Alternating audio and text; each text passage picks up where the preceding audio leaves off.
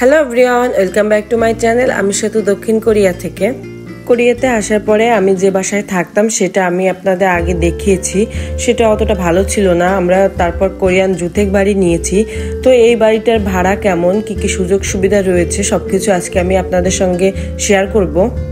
আগে যে অ্যাপার্টমেন্টে থাকতাম তার দুটো অ্যাপার্টমেন্ট পরেই এই জুথেক বাড়িটা, একদম কাছাকাছি আর রাস্তার পাশে, বাজারের কাছে, সব দিক থেকে এই বাসাটা আমাদের সুবিধা মতোই হয়েছে। কোরিয়ান জুথেক বাড়িতে থাকলে মনে হয় একদম নিজের বাড়িতে আছি, ভাড়া বাড়ির মতো মনে হয় না। দেখেন ভিতরে পরিবেশটা কত সুন্দর।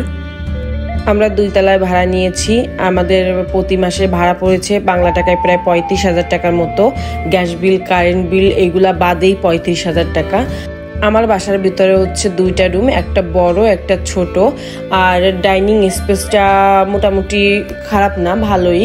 আর বাথরুমটার স্পেসটাও অনেক বড়। সব থেকে ভালো বিষয় হচ্ছে আমার বাসার পুরো রাউন্ড করে ব্যালকানি দেওয়া, যেটা আমি আপনাদের একটু পরে দেখাবো। এটা হচ্ছে সেই ছোট রুমটা, তাও এটা আমি চিন্তা করছি যে আমার ঠাকুরঘরটা রাখবো আমি। আর এই পাশের রুমটাও অনেক বড়। এই পাশের রুমে দেখেন আমার হাজবেন্ড আর আমার বাসার মালিক, আমি যাকে অম্মা বলে ডাকি, পর্দা টানানোর জন্য জানলা মাপামাপি করছে। এই রুমটা হলো সব থেকে বড়, তো ভালোই হয়েছে। রুমের ভেতর সবকিছু রাখা যাবে, আপনার ওয়ার্ড্রোব, ড্রেসিং টেবিল সবকিছুই সুন্দরভাবে রাখা যাবে রুমটাতে। আর এটা হলো সেই জানলা, যে জানলা দিয়ে শহরের ভিউটা দেখেন কত সুন্দর লাগে।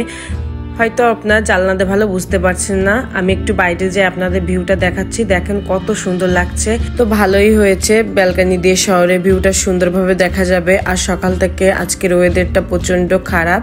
তো এই ভিডিওটা এখানে শেষ করছি। আমার বাসাটা কেমন লাগছে কমেন্ট করে জানাবেন। দেখা হবে নেক্সট ভিডিওতে। ভালো থাকবেন সবাই, বাই।